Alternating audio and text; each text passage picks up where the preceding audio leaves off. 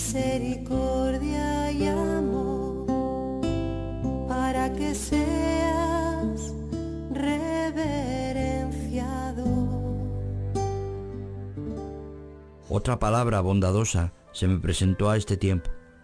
Señor, si miras a los pecados, ¿quién, oh Señor, podrá mantenerse en pie? Pero en ti hay perdón, para que sea reverenciado.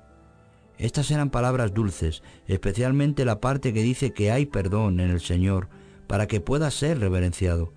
Tal como yo lo entendía, significaba que Él nos perdonaba para que le pudiésemos amar. Parecía que el gran Dios había puesto tan alta estima en el amor a sus pobres criaturas, que más bien perdonaba la transgresión que dejar de amarnos. Me sentí confortado y animado por Ezequiel capítulo 16, versículo 13. Para que te acuerdes y te avergüences y nunca más abras la boca a causa de tu vergüenza, cuando yo te haya perdonado todo lo que hiciste, dice el Señor Jehová. Y así fue que mi alma fue puesta en libertad. Consideré que para siempre, de la aflicción de mi culpa que había sido tan terrible antes.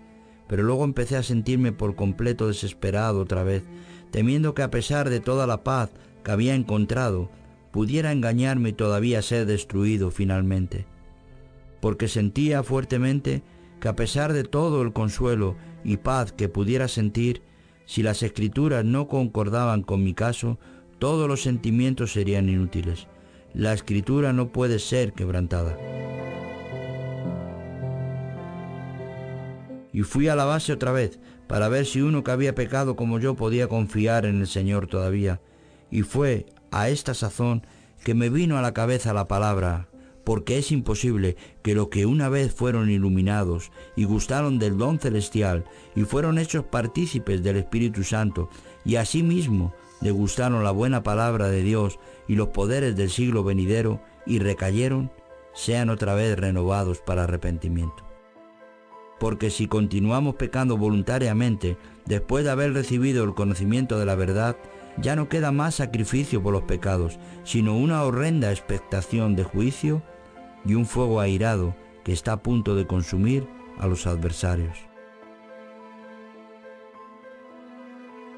Aquí estaba Esaú, que por una sola comida vendió su primogenitura, porque ya sabéis que aún después, deseando heredar la bendición, fue desechado, pues no halló oportunidad para el arrepentimiento, aunque la procuró con lágrimas. Y ahora parecía que no quedaba promesa del Evangelio para mí en ninguna parte de la Biblia. Y seguí pensando en Oseas 9:1. No te alegres, oh Israel, no te regocijes como los demás pueblos. Había sin duda motivos de regocijo para los que pertenecían a Jesús, pero para mí, yo mismo me había cortado con los demás con mis pecados. Y no quedaba punto de agarre para las manos o de apoyo para el pie entre todas las promesas de la preciosa palabra de Dios. Me consideraba como un niño que ha caído en un estanque. Puede esforzarse dentro del agua, pero como no tiene dónde agarrarse, tiene que perecer finalmente. Tan pronto como este nuevo ataque de Satán había embestido mi alma, me vino esta palabra de las Escrituras al corazón. La visión es para muchos días. Verdaderamente encontré que esto era lo que había ocurrido, porque no pude volver a tener paz hasta transcurridos casi 2 años y medio. En realidad estas palabras fueron de mucho ánimo para mí, porque sentí que muchos días no es para siempre. Un día u otro tendrá fin. Sin duda habrá un final a los mismos. Estaba contento de que fuera solo por un tiempo limitado, aunque fuera largo, pero estos pensamientos no me ayudaban mucho, porque no podía mantener la mente a lo largo de esta línea de pensamiento.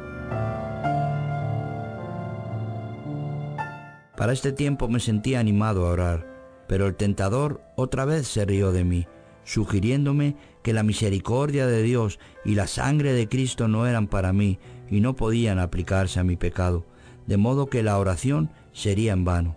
No obstante, así todo decidí orar. Pero dijo el tentador, tu pecado es imperdonable. Bueno, contesté, pero oraré de todas maneras. No te servirá de nada, replicó, y me puse a orar y dije, Señor, Satanás me dice que tu misericordia y la sangre de Cristo no bastan para salvar mi alma. Señor, te haré honor creyendo que tú puedes y que lo harás. ¿O haré honor a Satanás creyendo que tú no puedes y no lo harás? Señor, yo quiero honrarte a ti creyendo que tú puedes y lo harás. Mientras estaba orando así, este pasaje de la Escritura se adhirió a mi corazón. ¡Oh, grande es tu fe! Esto me vino de modo tan súbito que parecía que alguien me había dado una palmada en la espalda mientras estaba de rodillas, y no obstante, no pude creer que esto fuera una oración de fe hasta casi 6 meses más tarde. Simplemente no podía creerlo, así que seguí en las fauces de la desesperación, lamentando y gimiendo por mi triste condición. No había nada que deseara más que el hallar una vez por todas si había alguna esperanza para mí o no. Entonces estas palabras acudieron a mi mente. ¿Desechará el Señor para siempre y no volverá más a sernos propicio? ¿Ha cesado para siempre su misericordia? ¿Se ha acabado para siempre su promesa? ¿Ha olvidado Dios el tener misericordia? ¿Ha encerrado en su ira sus entrañas?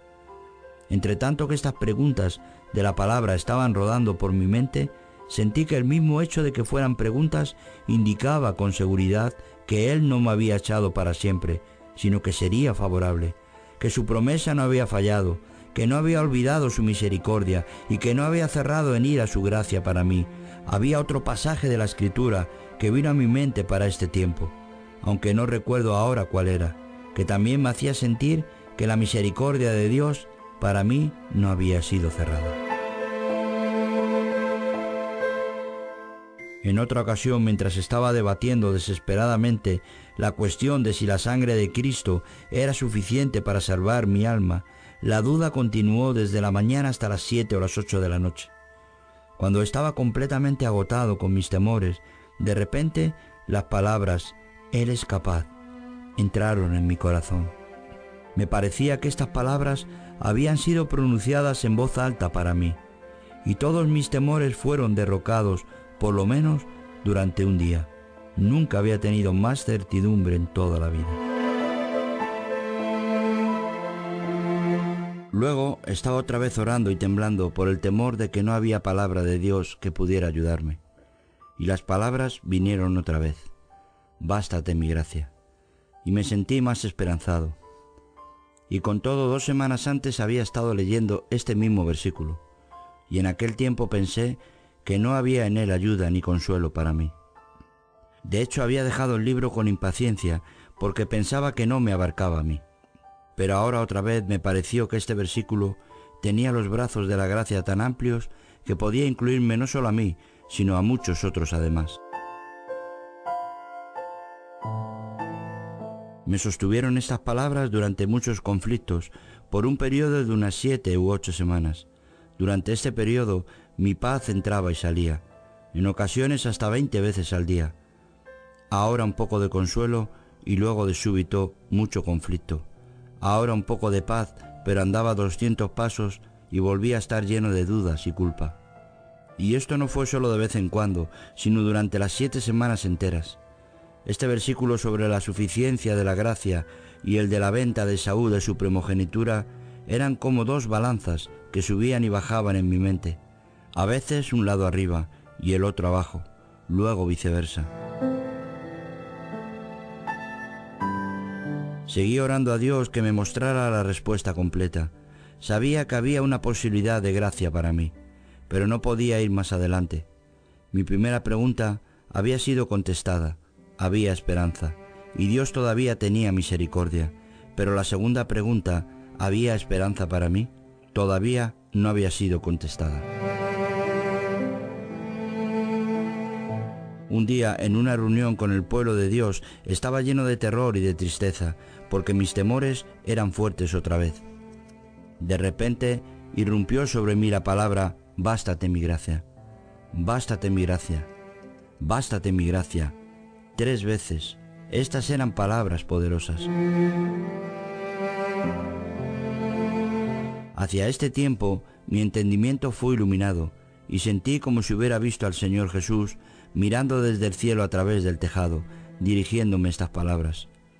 Esto hizo que me fuera a casa de luto porque me partió el corazón, me llenó de gozo y me dejó abatido hasta el polvo. Naturalmente, esta gloria y refrigerio no duró mucho, pero siguió durante varias semanas. Luego, como de costumbre, la otra palabra sobre Esaú se presentó otra vez. Y así en experiencias con altibajos, ahora paz, luego terror. Y así fui siguiendo durante varias semanas. Unas veces consolado, otras atormentado. Algunas veces me decía a mí mismo, ¿cómo? ¿Cuántos pasajes de la Escritura hay contra mí? ¿Hay solo 3 o 4? ¿Y no puede Dios pasarlos por alto y salvarme? Un día recuerdo que me preguntaba qué pasaría si algún versículo de terror, como el de Saúl, entrara en mi corazón en el mismo momento en que había otro de promesa y de paz. Y empecé a desear que ocurriera esto, y deseaba que Dios lo permitiera. Bueno, 1, 2 o 3 días después, esto fue exactamente lo que ocurrió. Los dos me entraron al mismo tiempo y lucharon con furor durante un rato, pero al fin el de la primogenitura de Saúl se fue y quedó el de la suficiencia de la gracia, y con él paz y gozo. Entonces me vino el pasaje, la misericordia triunfa sobre el juicio. Este pasaje también me ayuda. El que a mí viene de ningún modo le echaré fuera. Oh, qué consuelo me venía de la palabra, de ningún modo. Satán procuraba arrancarme esta promesa con toda su fuerza, diciendo que Cristo no quería que se me aplicara, y que Él estaba hablando cuando lo dijo, de pecadores que no habían hecho lo que había hecho yo. Pero le contesté, Satanás, no hay excepciones a estas palabras. El que a mí viene significa toda persona. Cuando recuerdo esta experiencia, veo que Satán nunca me hizo la pregunta, ¿pero vienes tú a él de modo apropiado? Y creo que la razón es que él tenía miedo que le echara en cara que el modo apropiado era precisamente la forma en que me encontraba yo, un pecador impío y ruin, para echarme a sus pies de misericordia. De todas mis escaramuzas con Satán sobre la Biblia, la principal fue sobre este pasaje del Evangelio de Juan, y alabado sea Dios, le vencí y me sentí endulzado por este versículo. A pesar de toda esta ayuda y de las bienaventuradas palabras de gracia, había todavía ocasiones en que sentía gran desazón en la conciencia, y las palabras respecto a Esaú me asustaban todavía. Nunca podía librarme del todo de ellas, y cada día volvían a repetirse. Así que ahora lo enfoqué de otra manera. Procuraba hallar esperanza, mirando directamente a lo que había hecho, examinando cada parte de la situación y viendo exactamente en dónde me dejaba. Una vez hube hecho esto, hallé que había dejado al Señor Jesucristo que eligiera si quería ser mi Salvador o no, porque estas habían sido las palabras malvadas que había dicho, que haga lo que quiera. Pero este pasaje me dio mucha esperanza, porque el Señor Jesús había dicho, de ningún modo te desampararé ni te dejaré.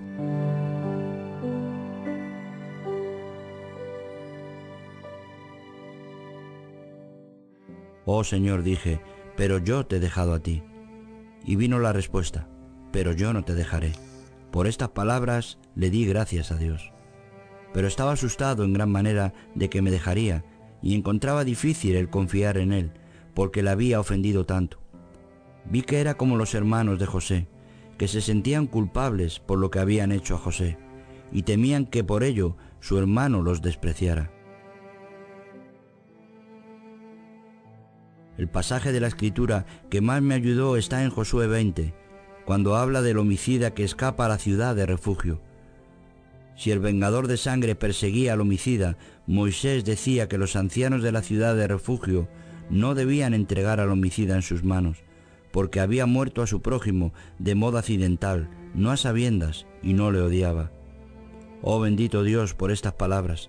Estaba convencido de que yo era el homicida y que un vengador de sangre me estaba persiguiendo. ¿Tenía yo derecho a entrar en la ciudad de refugio? No hubiera podido si hubiera derramado la sangre a propósito, pero el que de modo accidental causa la muerte de otro sin querer y sin malicia, podía entrar. Así que decidí que podía entrar. Yo no le aborrecía, había orado tiernamente a él, aborreciendo al pecado contra él. Había trabajado de firme durante 12 meses para abstenerme de cometer esta maldad a pesar de las terribles tentaciones en que había estado. Sin duda, tenía derecho a entrar, y los ancianos, los apóstoles, no iban a entregarme. Este fue un consuelo maravilloso para mí, y dio mucho impulso a mi esperanza. Con todo quedaba aún una pregunta, y era si alguien que hubiera cometido el pecado imperdonable podía tener alguna esperanza. No, no podía, por estas razones. Primero, porque el que ha pecado así no puede participar en la sangre de Cristo. Segundo, porque el que se ve imposibilitado de participar en la promesa de la vida nunca será perdonado, ni en este mundo ni en el venidero. Y tercero, porque el Hijo de Dios le excluye de participar en sus oraciones, pues se halla avergonzado de él delante de su Santo Padre y los benditos ángeles del cielo. Después de haber considerado esto cuidadosamente y haber comprendido que el Señor me había sin duda consolado, incluso después de mi pecado, sentí que al fin podía mirar cuidadosamente aquellos terribles pasajes de la Escritura que me habían asustado tanto, y en los cuales no me había atrevido a pensar hasta ahora. Ahora empecé a acercarme a ellos, a leerlos, a pensar en ellos y a sopesarlos. Y cuando lo hice, hallé que no eran tan terribles como había creído. Primero consideré el capítulo 6 de Hebreos, temblando de miedo, pensando que me derribaría de un golpe. Pero cuando lo consideré, hallé que estaba hablando de los que han dejado completamente al Señor y han negado totalmente el Evangelio y la remisión de pecados por medio de Cristo. Fue pensando en estos que el apóstol empezó su argumento en los versículos 1, 2 y 3, y encontré que la apostasía de que estaba hablando era de una clase abierta a la vista de todo el mundo, de tal manera que ponía a Cristo a la vergüenza pública. Hallé que aquellos de quienes estaba hablando permanecían por completo y para siempre en la ceguera, empedernidos e impenitentes, y era imposible que fueran renovados para el arrepentimiento. Y vi también claramente para la alabanza eterna de Dios que mi pecado no era de la clase de que se habla aquí. Luego me dirigí a Hebreos 10 y hallé que el pecado voluntario que se menciona allí no es cualquier clase de pecado voluntario, sino que es de un modo particular el despreciar a Cristo y sus mandamientos. Este pecado no puede ser cometido a menos que uno ande directamente en contra de la obra de Dios en su corazón, que trata de persuadirle de que no lo haga. El Señor sabe que aunque mi pecado fue terrible, no era de la misma clase del que se habla en estos versículos. Y finalmente llegué a Hebreos 12:17. Por poco me mata el mirar este versículo sobre Esaú, pero ahora vi que no se trata en él de un pensamiento apresurado, sino de algo deliberado. Segundo, fue una acción abierta y pública, por lo menos era conocida por su hermano Jacob, y esto hizo su pecado más terrible de lo que hubiera sido de otro modo. Tercero, continuó despreciando su primogenitura, comió, bebió, se levantó y se fue. De esta manera menospreció Esaú la primogenitura. Incluso 20 años después todavía la despreciaba, porque dijo: suficiente tengo yo, hermano mío, sea para ti lo que es tuyo.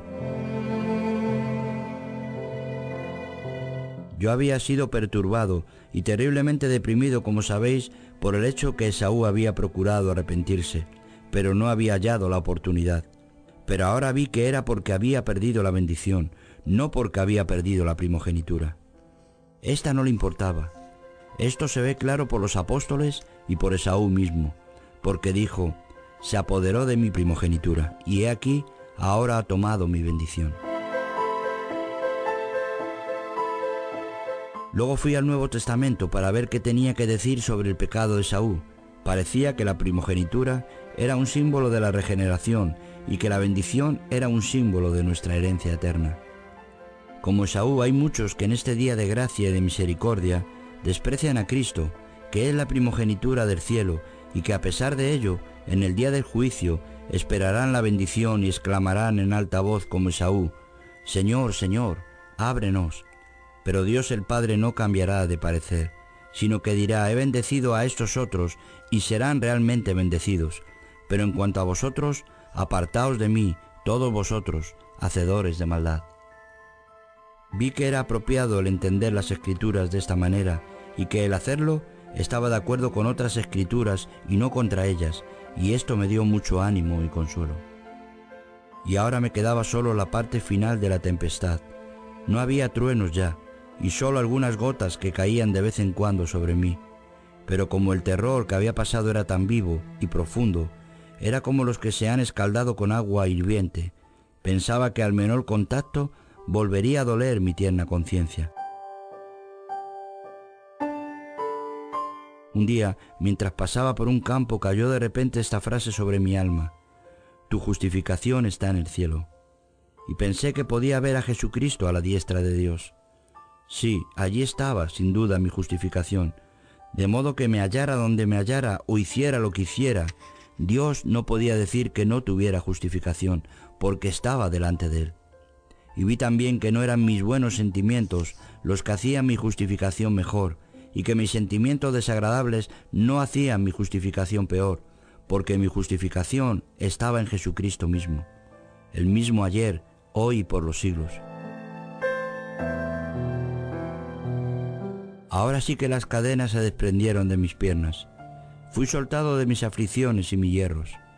Mis tentaciones habían desaparecido, de modo que desde aquel momento en adelante aquellos espantosos pasajes ya no me aterrorizaron más. Ahora fui a casa gozándome a causa de la gracia y el amor de Dios. Y fui a mi Biblia y busqué donde se hallaba este versículo: vuestra justificación está en los cielos. Pero no pude encontrarlo, y con ello mi corazón empezó a hundirse, hasta que de repente me acordé de 1 Corintios 1:30. Ha sido hecho de parte de Dios sabiduría, justificación, santificación y redención. De este versículo vi que lo otro también era verdad. Descansé aquí en la paz de Dios dulcemente, por medio de Cristo durante mucho tiempo. No había nada sino Cristo delante de mis ojos.